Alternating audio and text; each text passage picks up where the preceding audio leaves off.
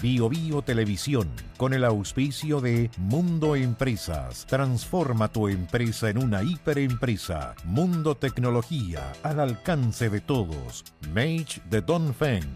Libérate del estrés con Melipaz, tranquilizante natural de Not Laboratorios. Pinturas y adhesivos Blanco. Llegó la nueva forma de pintar con despacho en 24 horas. Presentan comentarios de Tomás Mochiati. Hace 5 años el mundo cambió. El teletrabajo, las videoconferencias, las reuniones virtuales son parte de nuestra nueva realidad. La virtualización necesita redes con mayor capacidad para transferir datos y las empresas que no se adapten a esta nueva era corren el riesgo de estancarse. Contrata Mundo Empresas, la carretera perfecta para hacer crecer tu negocio. Con una fibra dedicada para que tengas la capacidad de gestionar grandes volúmenes de datos con mayor rapidez y estabilidad. Hay una gran diferencia entre una empresa cualquiera y una hiperempresa con Mundo. Transforma la tuya con Mundo Empresas, la fibra que te hace crecer. Contrata en tumundo.cl/empresas o llamando al 600 9100 200.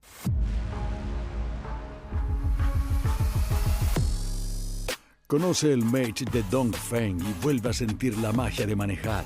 Desde 13.990.000 pesos en Dongfeng CIDEF y su red de concesionarios.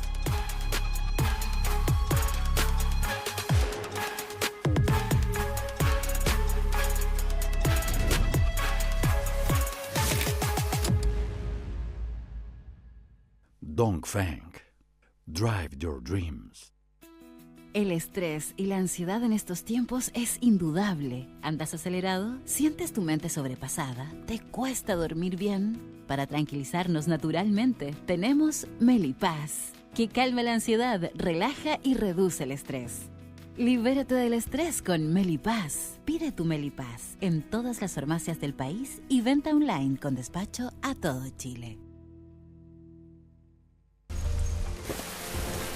Siliconizer de Lanco. El único impermeabilizante para techos y paredes que protege en 2 fases. Fase 1, el impacto. Sellado y ultrarresistencia elastomérica para aguantar el impacto de la lluvia a 115 kilómetros por hora. Fase 2, el agua emposada. Tecnología reforzada con fibra que soporta el agua emposada eliminando filtraciones. Para lluvias cualquiera, para diluvios. Siliconizer de Lanco. Siente el color, siente la protección. Lanco. Somos un proyecto educacional que abre sus puertas a la comunidad de Concepción y alrededores y satisface la necesidad de muchas familias que han estado buscando un colegio como este. Ofrecemos un currículum innovador, con énfasis en la adquisición del idioma inglés como segunda lengua, formando ciudadanos globales en un ambiente donde el estudiante pueda crecer, aprender y ser feliz. Preston School. Grow up and learn with us. Último año sin cuota de incorporación. Preston School, Always the Truth, están presentando comentarios de Tomás Mochiati.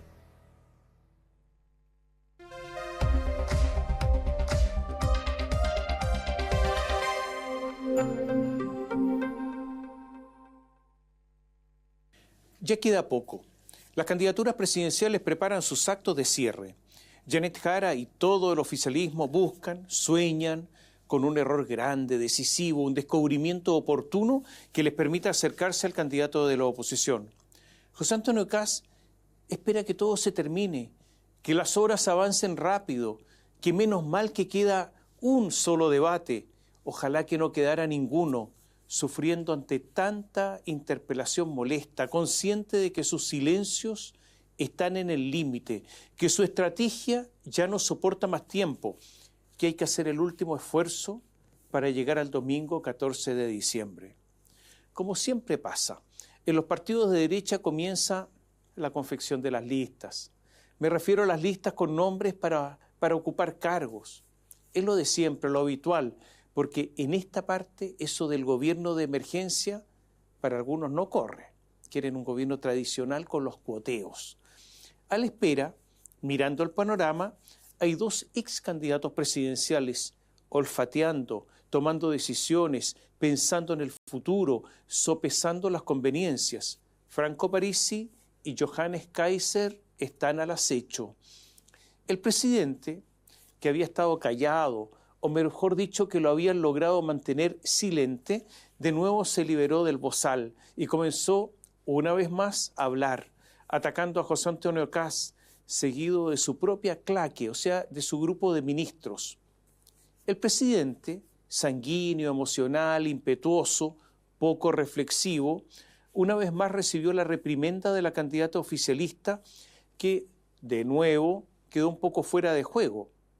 Al presidente le cuesta entender que poco a poco su figura comienza a eclipsarse, su poder inicia su desvanecimiento, su espacio ya es más reducido. Son las reglas de la democracia. Luchar contra eso es lo mismo que ocurre a los que combaten la inexorable vejez pretendiendo permanecer en la juventud. Naturalmente que en el futuro podría el presidente Boric de nuevo ser figura principal, pero eso deberá ganárselo. Por ahora tiene que entender que su tiempo ya pasó. Repasemos la situación mirando las encuestas, las que se dieron a conocer antes de la prohibición de su divulgación. Les quiero presentar las encuestas, las distintas encuestas, para que usted sepa en qué se estaba hace algunos días. Encuesta Criteria, Kast 59, Jara 41. Entre los votantes de Parisi, quien obtuvo, recordémoslo, el 19,71% de los sufragios, 40% votaría nulo, según Criteria, 35% lo haría por Kast y 25% por Jara. En el caso de quienes votaron por Kaiser, quien alcanzó, recordémoslo, el 13,94% de los votos, un 91% votaría por Kast, un 6% nulo y un 3% Jara. Por último, entre los votantes de Matei, quien logró el 12,46% de los votos, 56% votaría por Kast, 23% lo haría por Jara y un 21% anularía. Veamos otra encuesta, Pulso Ciudadano. Kast, 58,9%, Jara, 41,1%. Kast recibiría en esta encuesta el 35,5% de los votos de Parisi, mientras que Jara captaría el 17,7% de ellos. Un 46,8% de quienes apoyaron a Parisi votarían nulo o blanco. No se sabe por quién sufragará, hay otro, o no saben por quién votarán. De los votantes de Kaiser, el 93,3% iría por Kast y el 3,4% por Jara. De los que votaron por Matei, Kast obtendría el 62,1%, mientras que Jara captaría el 19,3%. Veamos otra encuesta, Panel Ciudadano, Universidad del Desarrollo. Kast, 60, Jara, 40. Un 16% del universo total sufragaría nulo, no sabe o no votaría.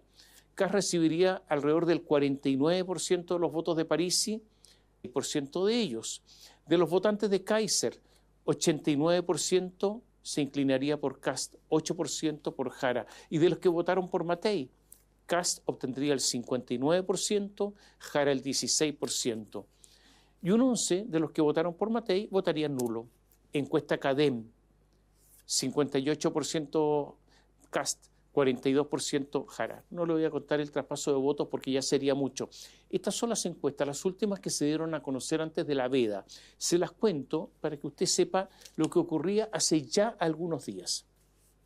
Como les decía antes, la diferencia entre Kast y Jara es grande y yo diría que es irremontable.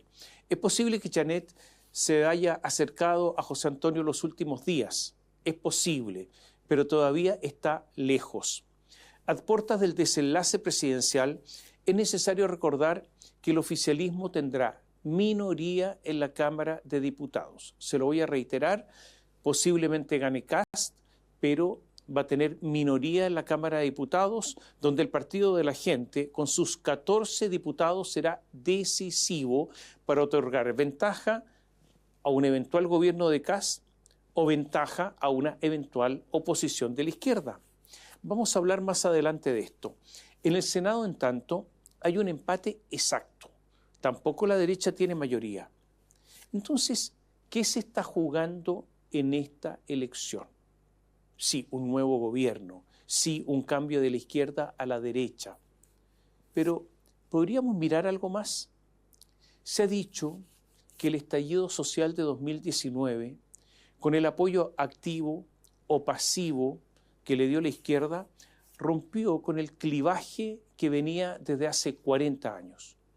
El clivaje del sí y el no. El de los pinochetistas con los antipinochetistas. El de los demócratas frente a los que participaron o toleraron la dictadura. Ese clivaje, que duró 40 años, terminó con el estallido. El clivaje actual sería el del octubrismo frente a la modernización capitalista. Esta tesis le gusta muchísimo a la derecha, pero yo diría que la situación es más compleja, porque puede haber otro clivaje que se cruza con aquel. Es el de las personas comunes y corrientes contra la élite, los de abajo versus los de arriba. Hablo más de personas y usted se da cuenta, no hablo de pueblo, porque esto no tiene una connotación de izquierda, sino simplemente una connotación de exclusión.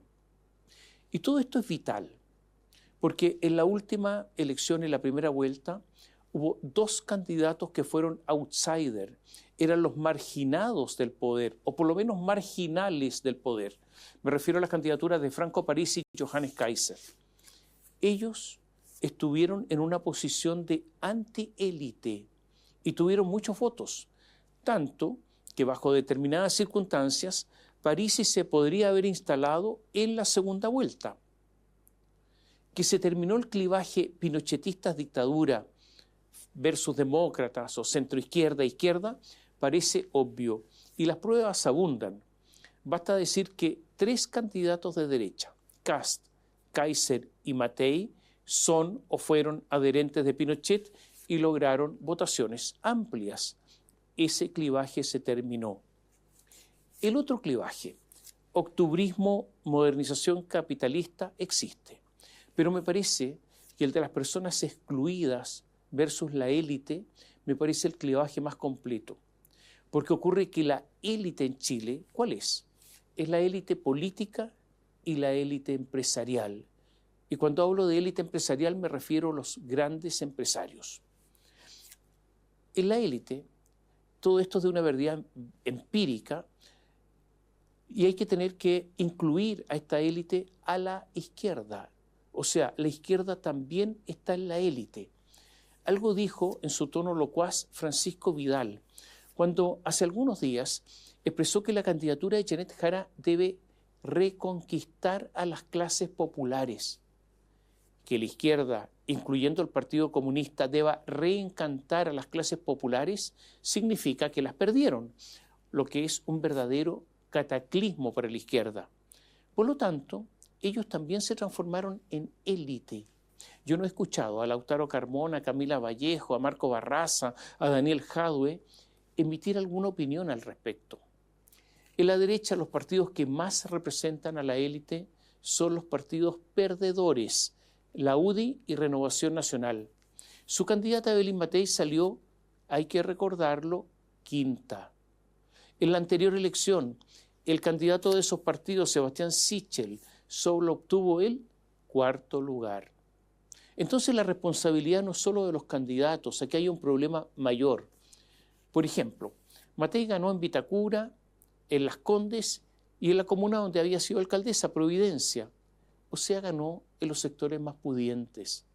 La contratación más obvia fue la intervención del comando de Matei por Juan Sutil, un expresidente de los empresarios, de la SOFOFA. La candidatura de Kast, aunque ganó Lo Barnechea, representa más bien sectores medios. Sabido es que la candidatura de Kast, además, no tiene elenco, no tiene gente para llenar todos los cargos de nominación presidencial. Y atención, porque aquí es donde se aparecieron los partidos perdedores, UDI y Renovación Nacional listos para realizar el abordaje de la embarcación de Kast, aprovechando las debilidades estructurales de los republicanos. No tienen gente. De esta manera, siendo pero por lejos los perdedores, su candidata salió quinta, se subirán a la embarcación ganadora. Es verdad que no tendrán las mismas potestades como si hubiesen ganado, pero se acercarán un poco a eso. Algo de esta situación la dio a entender Pablo Longueira cuando dijo, textual, aquí va a haber un eje liderado por republicanos, pero en el fondo por la UDI, por los ex-UDI que están en muchos de estos partidos, por la amistad, esa estructura política que nace de un proyecto común, que fue lo mismo que existió en la Concertación. Es decir, Pablo Longueira sueña, añora la vieja UDI, la UDI que llamaban la UDI popular. Pero esta no existe hace rato. Cree que republicanos pueden encarnar en parte la vieja UDI.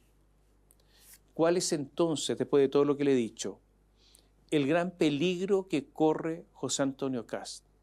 Es el veneno, es la inoculación de una pócima que puede ser letal. Porque si la UDI elitista contamina el gobierno de Kast, el clivaje resplandecerá con toda luminosidad.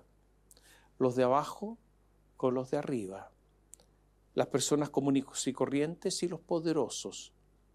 Y por lo tanto, lo que no era Kast se transformará en eso.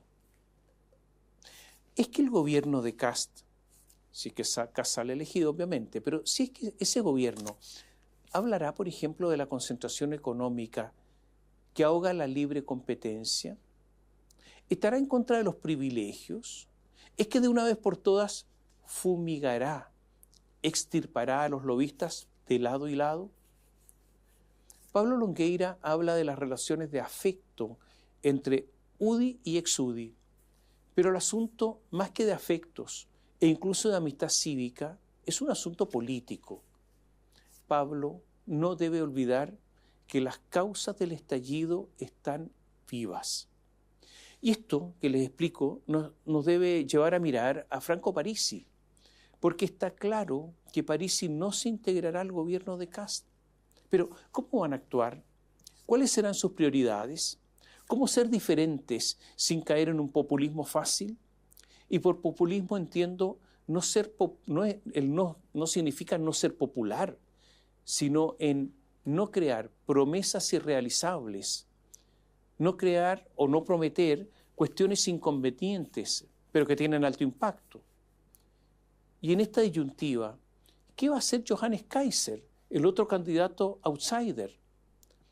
¿Va a optar por integrarse al gobierno o preferirá ser la alternativa de derecha? Todas estas son decisiones estratégicas de grandes consecuencias para el futuro. Más adelante en esta columna volveremos sobre estos asuntos. En un intento de insuflar energía a sus huestes, Janet Jara ha repetido una y otra vez, como una especie de mantra, que la elección está abierta, que la elección está abierta. O sea, que tiene posibilidades ciertas de ganar, que tiene posibilidades ciertas de ser presidente de la República.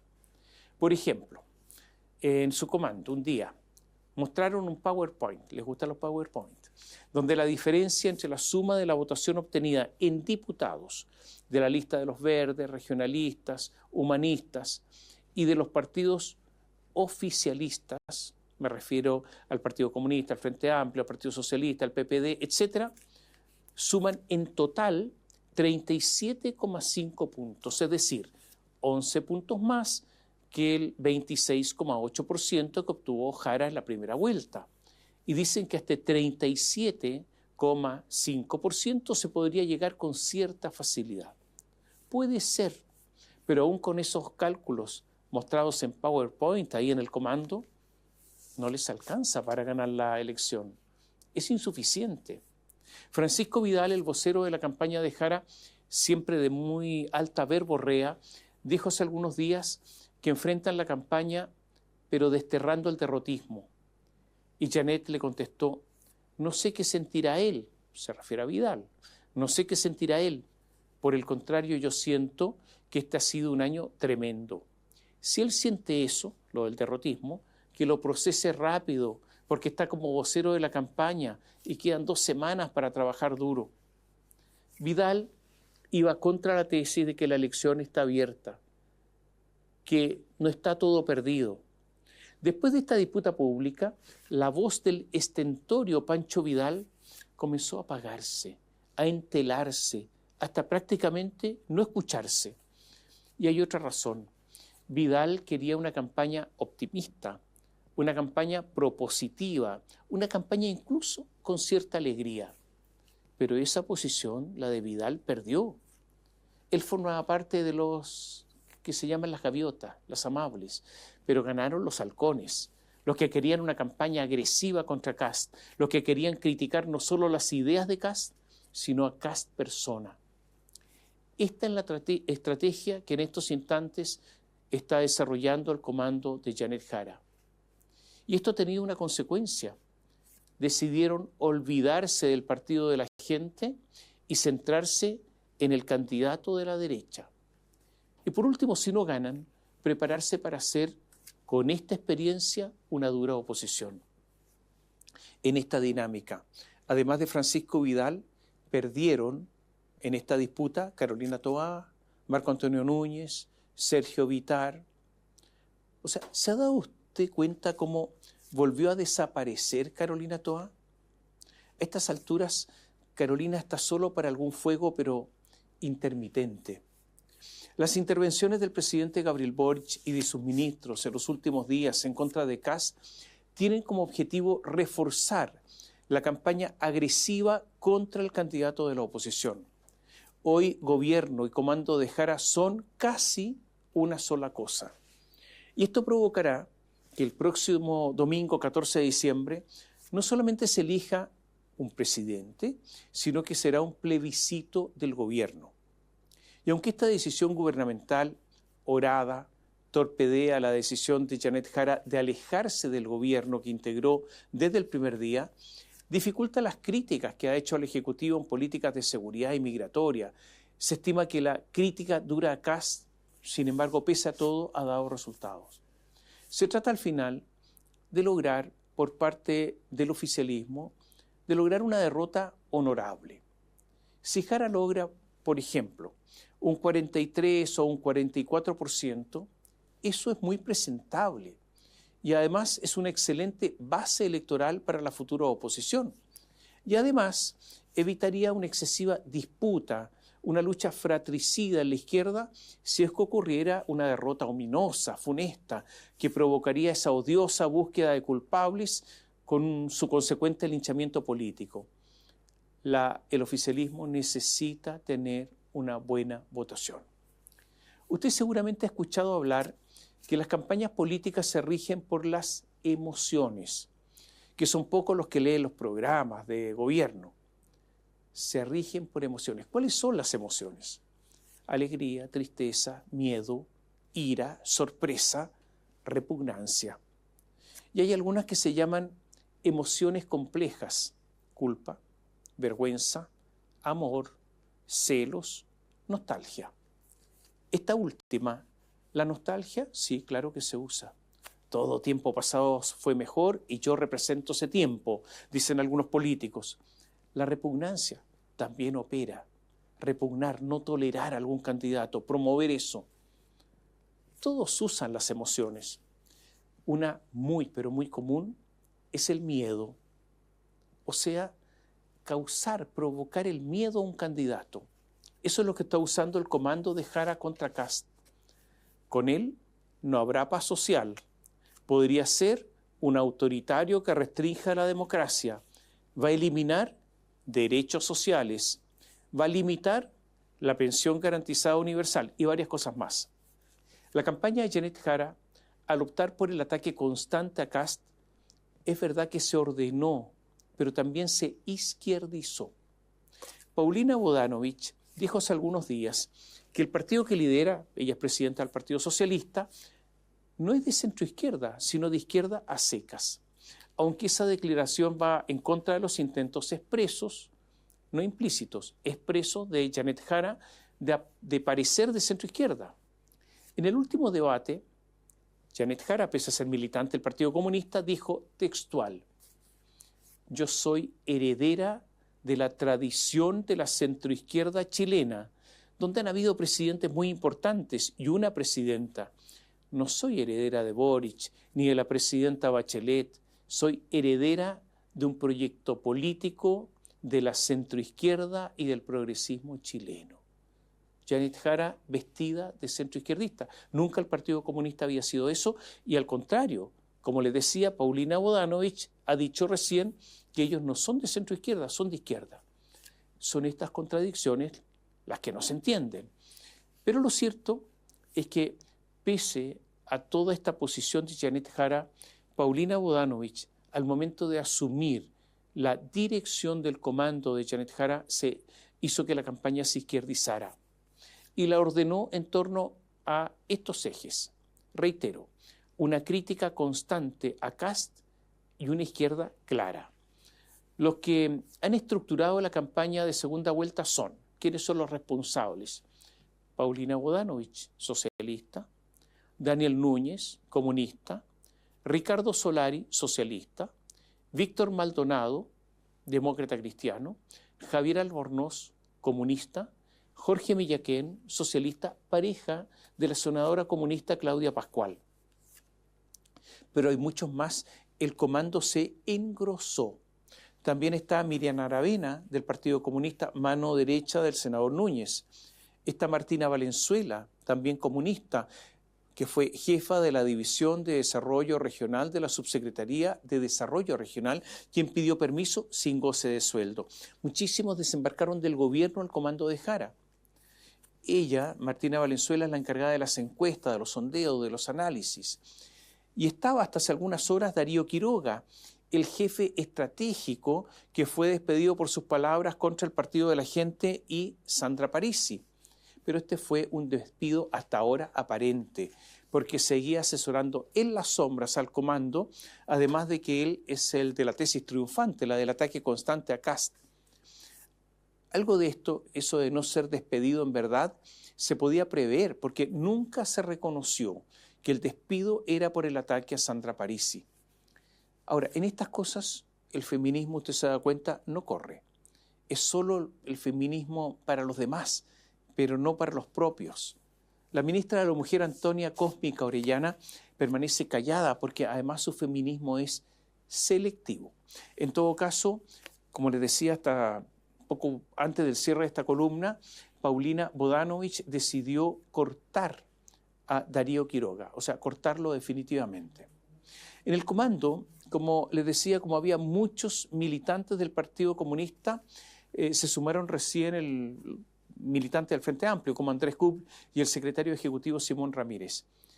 Ahora, hay un dato interesante, ¿eh? Muchas personas del equipo de Camila Vallejo, que estaban en el gobierno, se fueron a reforzar el comando de Janet Jara. Susana González, mano derecha de Camila Vallejo, encargada de las comunicaciones del equipo. La ex subsecretaria Nicole Cardoch, socialista, Diego Cornejo, comunista, y Noelia Campos.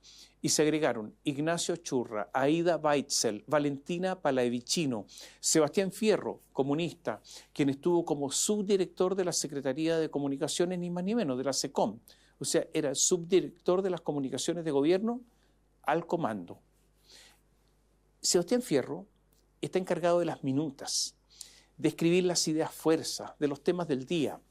O sea, hay un esfuerzo de muchos recientemente funcionarios estatales, ahora son exfuncionarios estatales, en el comando de Jara. Hay un esfuerzo grande.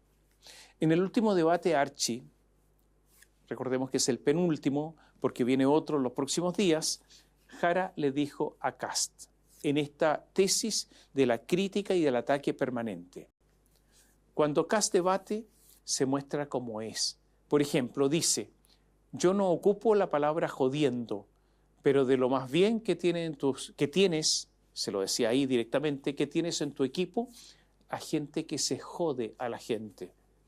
Si no importa la palabra que uno ocupe, El punto es que tú te jodes a la gente y los amparas en tus equipos, y cuando seas presidente, ¿vas a hacer lo mismo? El ataque fue brutal y se refería a Jorge Quirós, el jefe económico de Kast, que Jara señala como el ideólogo de la colusión de los pollos ocurrida entre 2008 y 2011. Y Kast le contestó y le dijo: y tú amparaste a un abusador, tu gobierno entero protegió a un abusador, tu gobierno entero dejó 1 millón de desempleados. Jara le dijo: ¿me permites ahora o vamos a escucharte a ti nomás?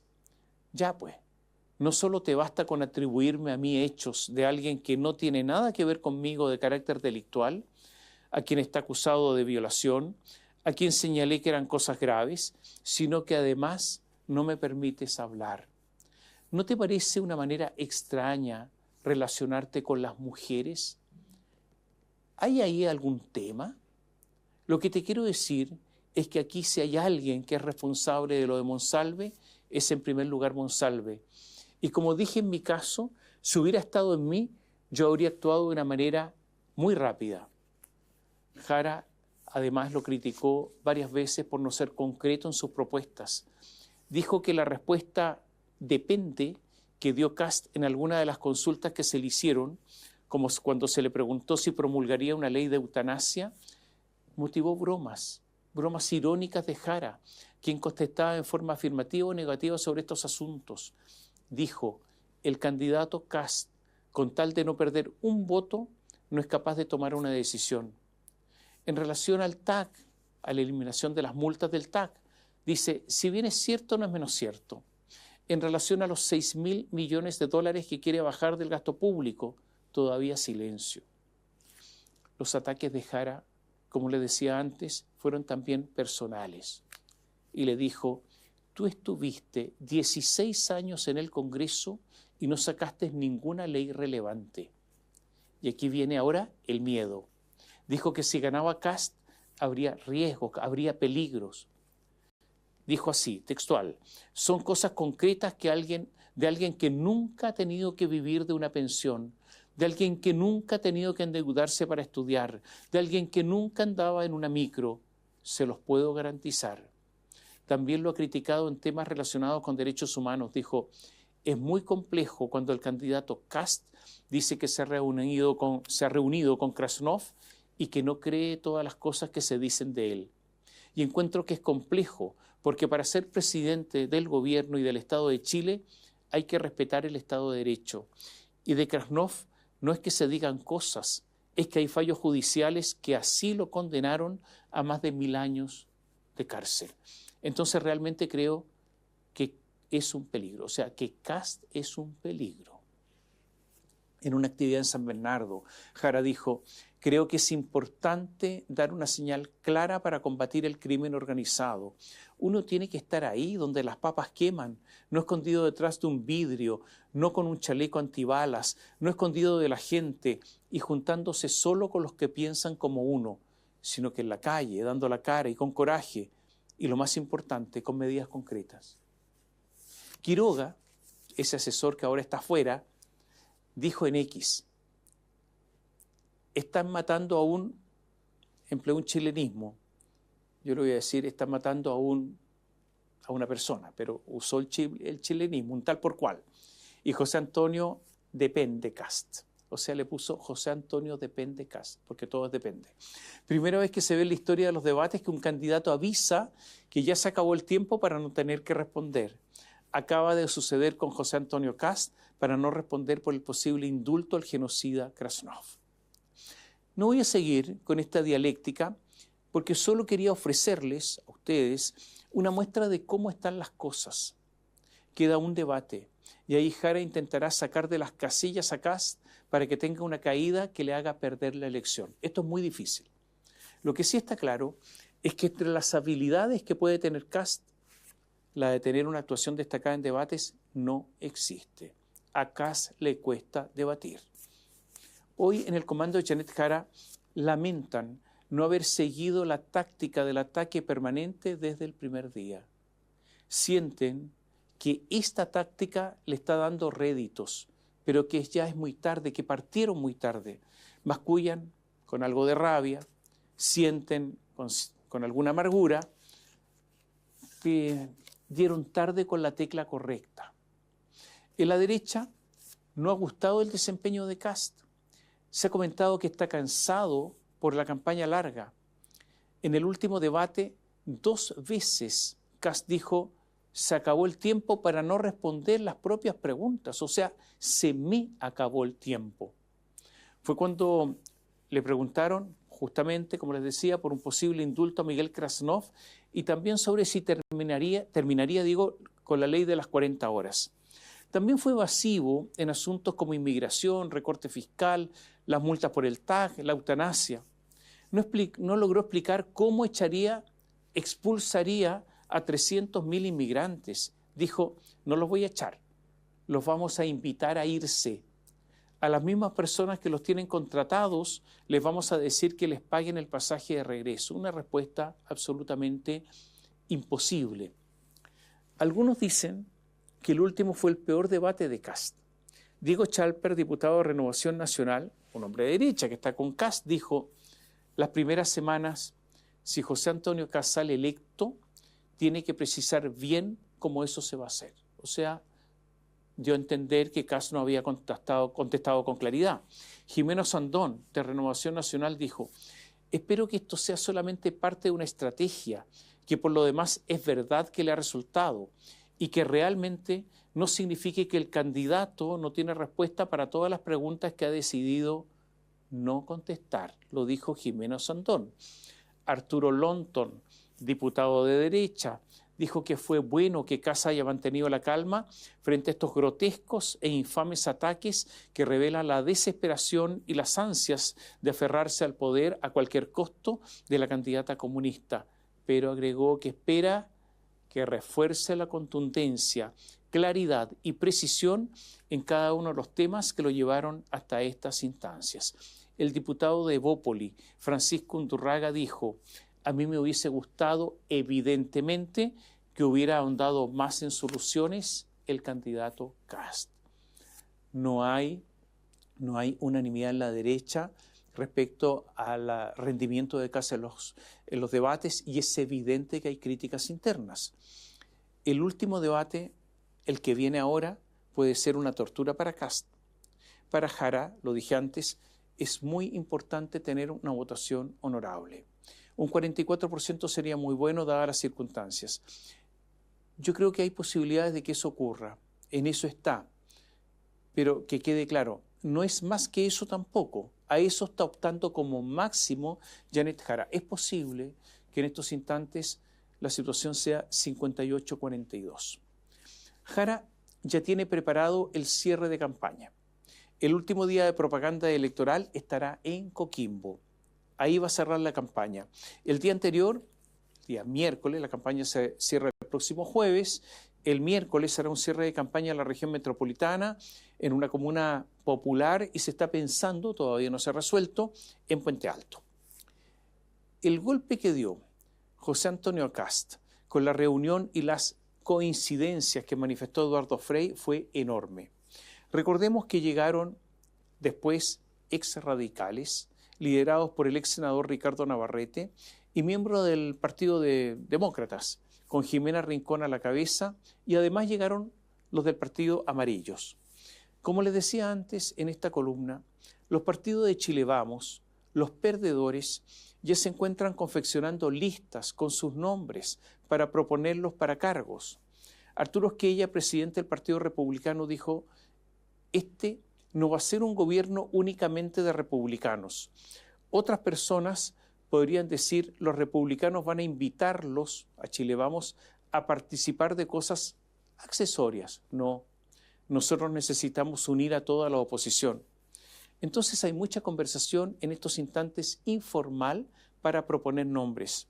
Hay un equipo del comando de José Antonio Kast que está revisando nombres, y este equipo está a cargo de Alejandro Irarrázaval, que es el coordinador general de la campaña desde la primera vuelta, y lo acompañan en la búsqueda de nombres, el director ejecutivo de Acción Republicana, Sebastián Figueroa, y la jefa programática, Carmen Sosa.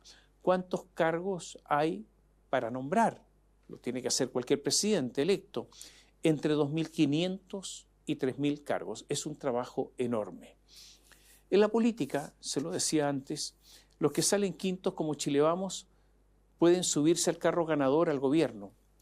El gran peligro, lo voy a reiterar, es que el gobierno sea nuevamente un gobierno de élite. Si es así, es fácil que eso se transforme en una especie de veneno. Es muy fácil que el gobierno de Kast, si eso es así, no tenga éxito. Una de las personas que lo tiene claro es, por ejemplo, Pamela Giles. También lo tiene claro Franco Parisi y posiblemente lo tenga claro Kaiser.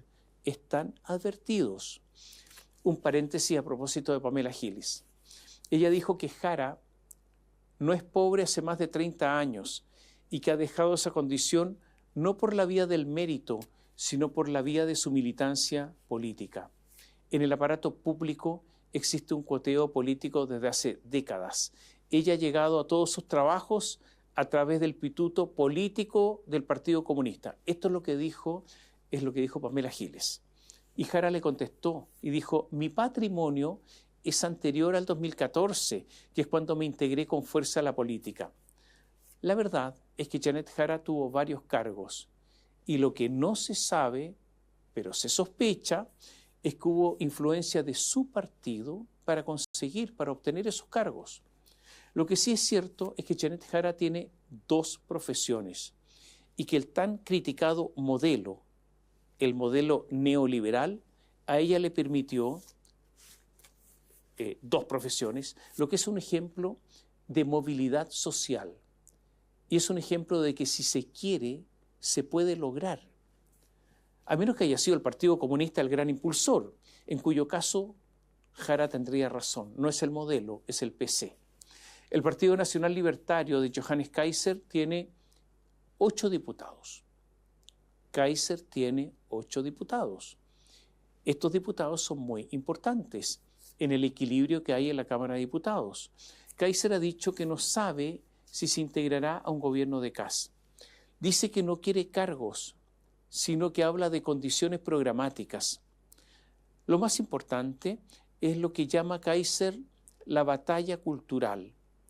Es la agenda valórica que para Kaiser es fundamental en su identidad política. Son asuntos que Kast ha decidido mantener en silencio o por lo menos en pausa.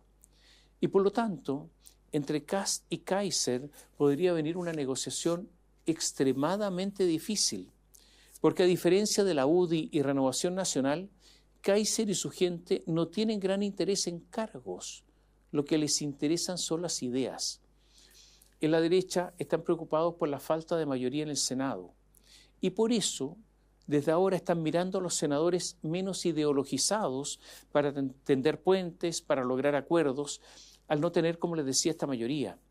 ¿Quiénes están en la mira como senadores con los que se podría conversar?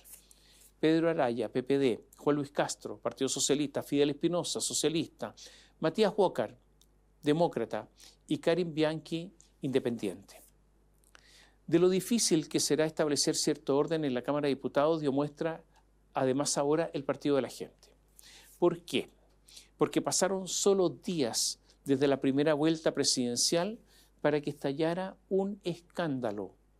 El Partido de la Gente, que reclama transparencia a todos los demás, realizó una consulta, un proceso electoral interno, telemático, para consultar a los militantes sobre la posición del partido para la segunda vuelta presidencial. Pasadas las 22 horas del domingo 1 de diciembre, dieron a conocer, mediante un comunicado, los resultados. Un 78% de quienes participaron se inclinaron por la opción nulo o blanco, un 2% para respaldar a Janet Jara y un 20% para apoyar a José Antonio Kast. Y dijeron lo siguiente, textual: este resultado refleja el descontento legítimo de nuestras bases con las alternativas que estarán en el próximo balotaje. Pero de inmediato llamó la atención que no dijeron cuántos militantes participaron.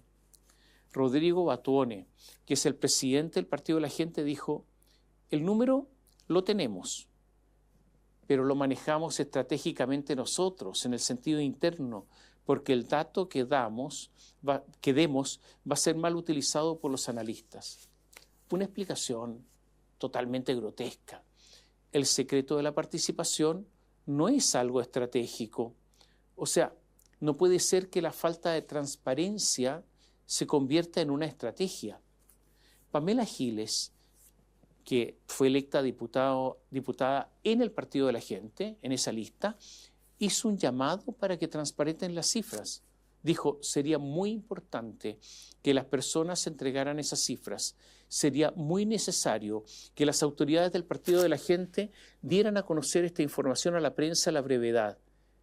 Y agregó: no se puede exigir probidad y denunciar la corrupción sin practicarla in extremis. Un proceso de democracia directa debe ser avalado con la mayor transparencia y probidad absoluta. Y entonces el presidente Batuone le contestó y dijo: la diputada Giles es una de los 14 diputados electos por el partido, pero las decisiones estratégicas del partido las tomo yo, con la directiva a nivel nacional. Otra diputada electa, Eileen Urquieta, dijo: Pamela Giles es un aporte. Nos sirve como un maestro para ver cómo se trabaja en el Congreso, pero ella no puede meterse en los valores y principios del Partido de la Gente. Y yo me pregunto: ¿qué valores? ¿Qué principios? ¿El secretismo es un principio? ¿El silencio es un principio? ¿El ocultamiento es un principio? Una declaración lamentable por lo ofensivamente simplona. El diputado electo Juan Marcelo Valenzuela dijo, electo por el Partido de la Gente, dijo que es completamente legítimo que el partido decida reservarse esa información, porque el PDG no busca dedicarse a ser una encuestadora pública o electoral. Una respuesta realmente de bajísimo nivel. Otro diputado electo se llama Fabiano Sandón. Subrayó que lo importante es que el partido cumplió con un mecanismo para las bases activas y que se seguirá perfeccionando para que la militancia participe en las decisiones que importan. Una declaración que no sirve para nada. Como usted sabe, los partidos políticos están generosamente financiados con fondos de todos nosotros, con fondos públicos. Lo mínimo es ser transparente. El Partido de la Gente a la primera da muestras de lo peor de la política. Habrá que ver si nuevamente el PDG no se transforma en una especie de banda de Tontón Macut, de un grupo que se ofrece al mejor postor. Demos ahora una mirada a lo que pasa en la trama bielorrusa. Lo que ha pasado en esta disputa entre Codelco y la empresa Mobitech, en que esto se resolvió en la Corte Suprema y donde hay acusaciones de corrupción. Esta trama refleja el drama que viven los tribunales por las acusaciones reiteradas de corrupción de los jueces. Recordemos que están en la cárcel, en prisión preventiva, los abogados Eduardo Lagos y Mario Vargas, además de la pareja de la exministra de la Corte Suprema, Ángela Vivanco, Migueles. ¿Qué es lo que ha pasado acá? Son acusados de los delitos de cohecho, soborno y lavado de activos. Y ahora se va a dar un paso más por parte de la fiscal Carmen Gloria Wittberg, que lleva el caso. Van a formalizar al conservador de bienes raíces de Puente Alto, Sergio Llaver, al conservador de bienes raíces de Chillán, Yamil Najle, y al propietario de una casa de cambio que se llama Inversiones Suiza Limitada, Harold Pizarro. Y no se descarta que ellos tres también terminen en prisión preventiva. Se descubrió no solo la gran y repentina riqueza del conservador de Puente Alto, Sergio Llaver, tiene 18 propiedades, sino que le entregaba mensualmente plata a un ministro de la Corte de Apelaciones de Santiago, Antonio Ulloa, ahora lo echaron, y también entregó dinero al diputado republicano Cristian Araya y al senador de Demócratas Matías Walker en actuaciones o situaciones que hay que aclarar. El conservador de Chillán, Yamir Najle, dijo que no recuerda si fue Llaver o Gonzalo Migueles la pareja de Ángela Vivanco, quien me dijo que me transferirían dinero. Pero sí recuerdo que ese dinero posteriormente se lo tenía que transferir a Gonzalo Migueles. Respecto a esto, le puedo indicar que esto lo hice como un favor que no dimensioné completamente sus consecuencias. Una especie de triangulación. Migueles cambió de abogado, saltó de Patricio Vergara a Alex Caroca. Y todo esto, este ambiente judicial, donde hay notarios, jueces, conservadores de bienes raíces, es un mundo cruzado por amistades, por dinero, por favores. Es un mundo cruzado por mucha porquería. En Bio Bio contamos que en una votación del año 2022, en la Corte de Apelaciones de Santiago, el exministro Antonio Ulloa apoyó la candidatura de Sergio Llaver, el que le pasaba plata, para postular al conservador como conservador de hipotecas y gravámenes de Santiago, y todo esto, como les decía, mientras recibía depósitos mensuales de ese conservador. Aunque Llaver no integró la terna final, obtuvo 8 votos. Uno de ellos era de la también exministra Verónica Sabaj, que la despidieron. Todo esto adquiere hoy nueva relevancia en medio de las investigaciones por corrupción.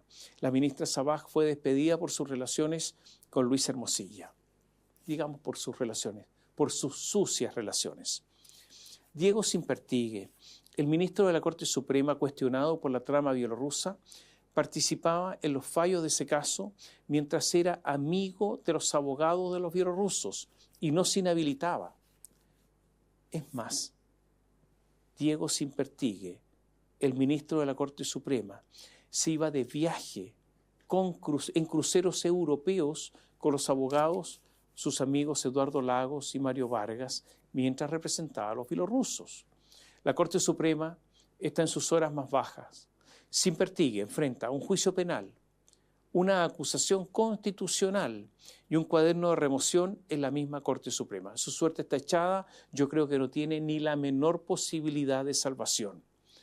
Poco antes de cerrar esta columna, se supo que el ministro Simpertigue fue suspendido de sus funciones por 2 meses en el marco de esta investigación. Y hay algo interesante, porque la suspensión la decretó el fiscal judicial Jorge Astudillo, el que tiene un rango inferior a Simpertigue. O sea, esta es una situación que al parecer nunca antes había ocurrido. Simpertigue fichó a un abogado que se llama Felipe Lizama. Y cuando estábamos cerrando esta columna, empezamos a contar que le quedan solo horas para ingresar su defensa ante la acusación constitucional. Esta acusación tiene 3 capítulos. El diario La Tercera contó que responderá cada uno de los capítulos, pero va a invocar lo que se llama la cuestión previa, con la que esperan incidir en el voto de los parlamentarios. El magistrado planteará, en primer punto, que hay una serie de diputados que estarían inhabilitados de pronunciarse respecto del libelo, ya que previamente se han manifestado públicamente respecto del caso e incluso algunos han esbozado que aprobarán la acusación. Hará presente que la acusación es inadmisible, ya que no procede la remoción, a juicio de la defensa de este juez, por la vía política, porque hay 2 causas, una administrativa y una penal, donde se están analizando los mismos hechos y donde por los demás consideran que no han tenido oportunidad de defenderse adecuadamente. Y agrega La Tercera que en cuanto a su supuesta cercanía con estos abogados, lo que yo le contaba, los abogados de los bielorrusos, de la empresa Velaz Movitec, Mario Vargas y Eduardo Lagos, el magistrado, como aseguraron desde su entorno, escuche bien, recalcará que su esposa y las esposas de los abogados, las que son ellas cercanas, las que en su momento viajaron juntos, pero esto fue producto de una coordinación que ellas, las esposas, realizaron. O sea que fue un asunto de las cónyuges y que a él simplemente, como una especie de bulto, lo llevaron, lo trasladaron, porque ellas fueron las que organizaron. Perdone usted, pero esta es una de las defensas más torpes que yo he escuchado. El día jueves pasado, el juez declaró ante el fiscal y horas después era suspendido, como les decía, de sus funciones por 2 meses. sin pertigue, tendrá la oportunidad de defenderse ante la comisión que analiza la acusación en la Cámara de Diputados el próximo martes. Mientras tanto, se deben seguir tramitando las querellas de capítulos respecto de la jueza Ángela Vivanco y del exfiscal Manuel Guerra. ¿Qué es lo que es una querella de capítulos? Es un antejuicio que pretende determinar si hay indicios para que proceda formalmente el juicio penal, hasta llegar a una formalización. ¿Qué es lo que desea el Ministerio Público? Desea formalizar al exfiscal Manuel Guerra y desea formalizar a la exjueza Ángela Vivanco. Como todo está, la verdad es que todo esto está entrelazado, hay una prueba que dio CIPER. Contó que hubo 6 transferencias de dinero hechas a Manuel Guerra cuando ya no era fiscal de dos cuentas. ¿Quiénes le pasaron plata al exfiscal Manuel Guerra? Ya lo conocí, yo ya lo nombré.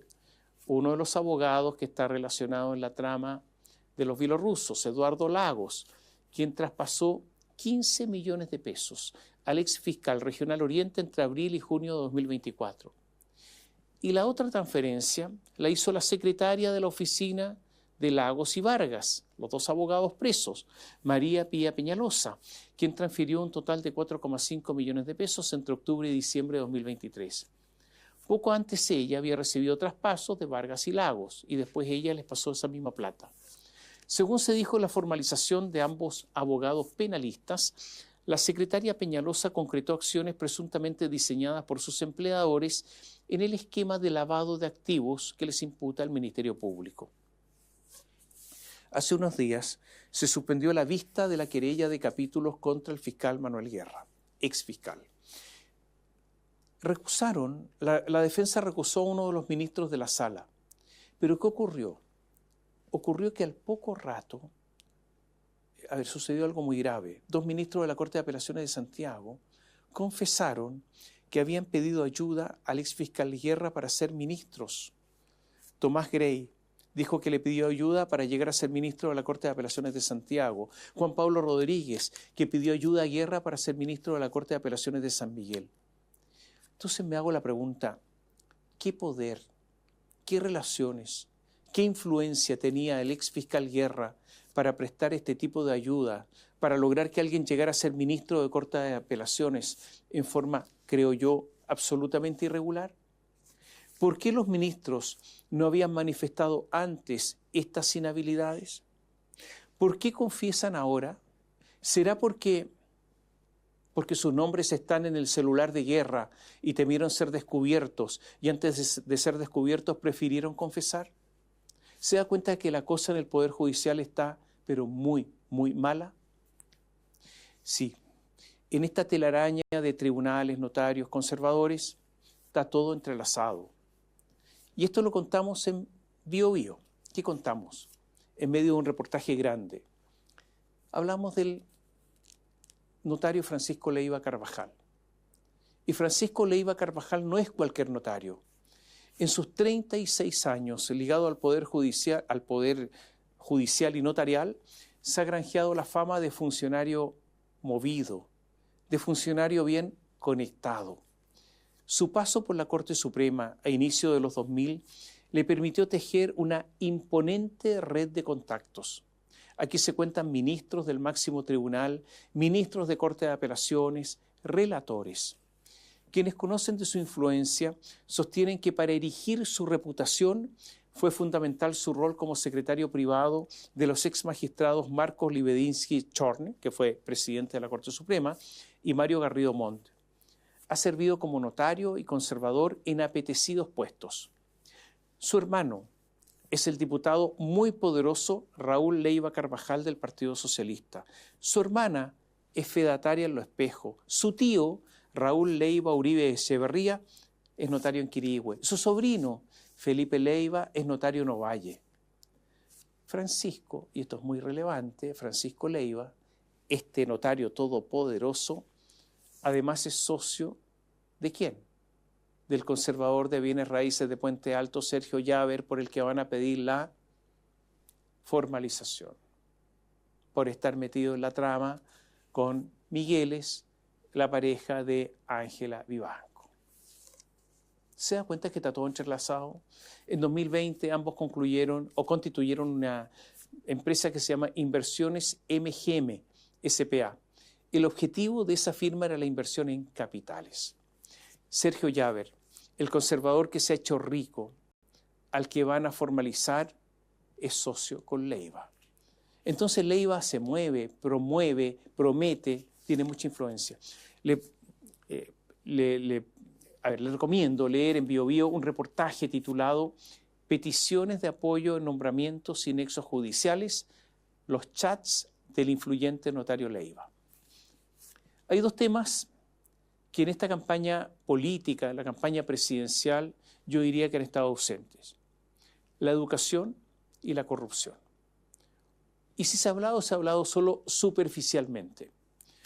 Lo de la educación es realmente impactante, porque hace 4 años la educación era un tema esencial, era el mantra que llevó al Frente Amplio y a Gabriel Boric al poder. Pero no ha ocurrido con la educación nada.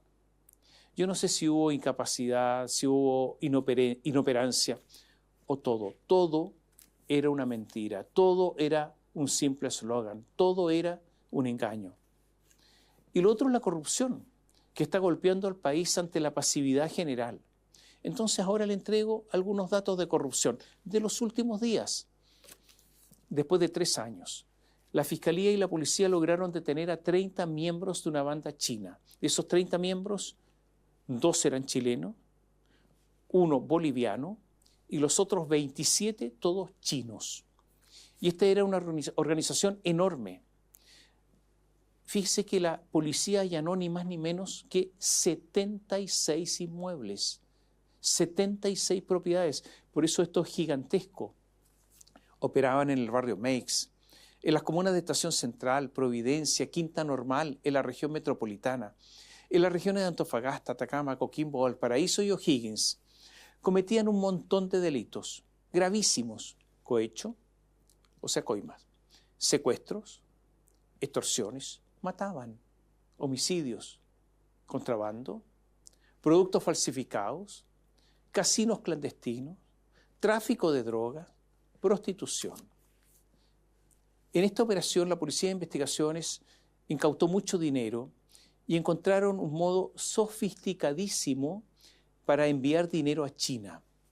Cuando los detectives los tenían vigilados en medio de esta operación de inteligencia, estuvieron mucho tiempo investigándolos, un día descubrieron que un tal Ai Feng Tang empezó a disparar al aire con una subametralladora en las cercanías de un edificio residencial en las cercanías del barrio Meix. O sea, se dieron cuenta que tenían un poder de fuego importante. No le voy a contar más detalles de esta historia, salvo un hecho. Entre los detenidos está un carabinero, Gonzalo Hernández Salinas. Es un carabinero corrupto. Es un carabinero que vestía de carabinero pero que estaba con los delincuentes. Este policía que se corrompió, avisaba a la banda de cualquier procedimiento policial. Y este policía estaba relacionado con otros carabineros. Estaba relacionado con quienes estaría relacionado con otros 13 carabineros detenidos en la misma comisaría a mitad de este año por el delito de cohecho. O sea, la policía se corrompe poco a poco. Se dio a conocer un estudio sobre integridad en Chile. Resultado: el 70% de las municipalidades chilenas no tiene políticas anticorrupción. Al mismo tiempo, la Ley de Delitos Empresariales, de Responsabilidad Empresarial, que estableció más de 200 delitos en materia empresarial, exige a las empresas no solamente conductas, sino que además impone sanciones gravísimas. Eso en el mundo privado es una ley que se empezó a aplicar hace poco.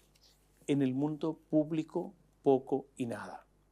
El Juzgado de Garantía de Arauco, hace algunos días, decretó prisión preventiva para un gendarme que se desempeñaba en la cárcel de la zona, porque fue formalizado por cohecho e internación de celulares a la cárcel. Cobraba entre 100.000 y 300.000 pesos. El miércoles pasado fue formalizado el exdirector de control de la Municipalidad de Las Condes, ni más ni menos. Se llama Eduardo López, por el caso CESFAM de Las Condes. Se indagan delitos de corrupción.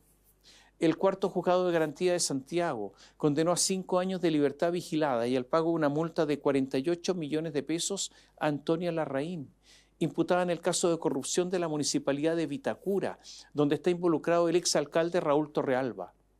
Ella, Antonia Larraín, era la que le llevaba los sobres con plata en efectivo que Torrealba se robaba. Para el 14 de enero está fijada la audiencia de formalización del diputado y senador electo Miguel Ángel Calisto. Habría contratado asesorías falsas de conocidos para triangular parte de la plata pública y embolsársela. Queda la última semana de campaña.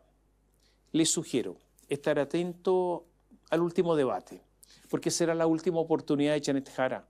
Será el todo o nada.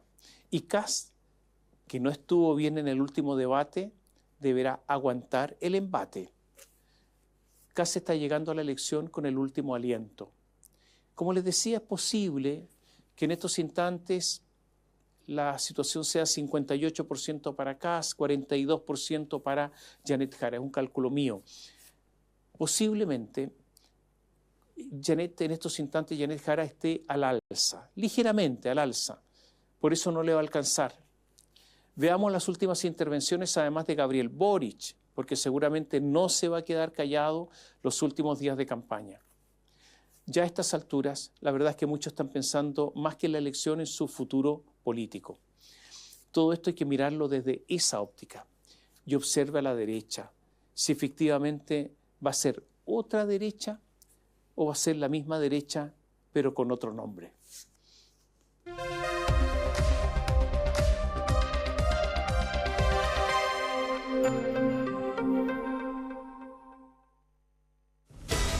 Preston School, Always the Truth, están presentando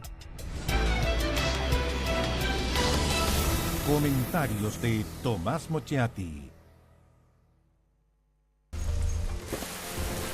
Siliconizer de Lanco.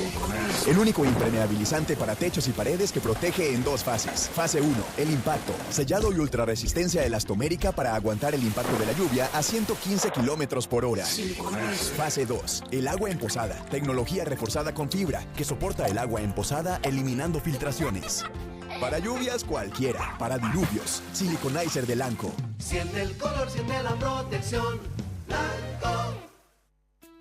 El estrés y la ansiedad en estos tiempos es indudable. ¿Andas acelerado? ¿Sientes tu mente sobrepasada? ¿Te cuesta dormir bien? Para tranquilizarnos naturalmente, tenemos Melipaz, que calma la ansiedad, relaja y reduce el estrés. Libérate del estrés con Melipaz. Pide tu Melipaz en todas las farmacias del país y venta online con despacho a todo Chile. Somos un proyecto educacional que abre sus puertas a la comunidad de Concepción y alrededores y satisface la necesidad de muchas familias que han estado buscando un colegio como este.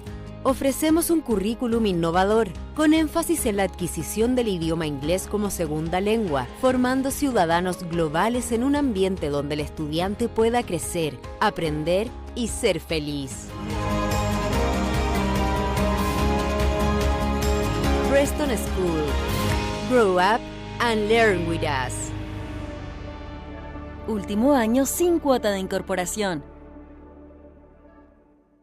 Hace 5 años el mundo cambió. El teletrabajo, las videoconferencias, las reuniones virtuales son parte de nuestra nueva realidad.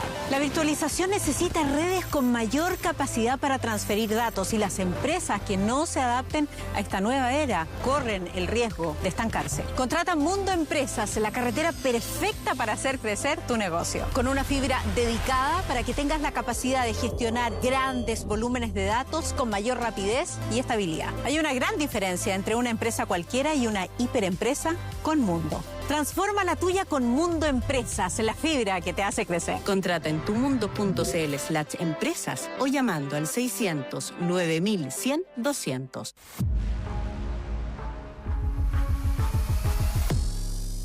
Conoce el Mage de Dongfeng y vuelva a sentir la magia de manejar. Desde 13.990.000 pesos en Dongfeng CIDEF y su red de concesionarios.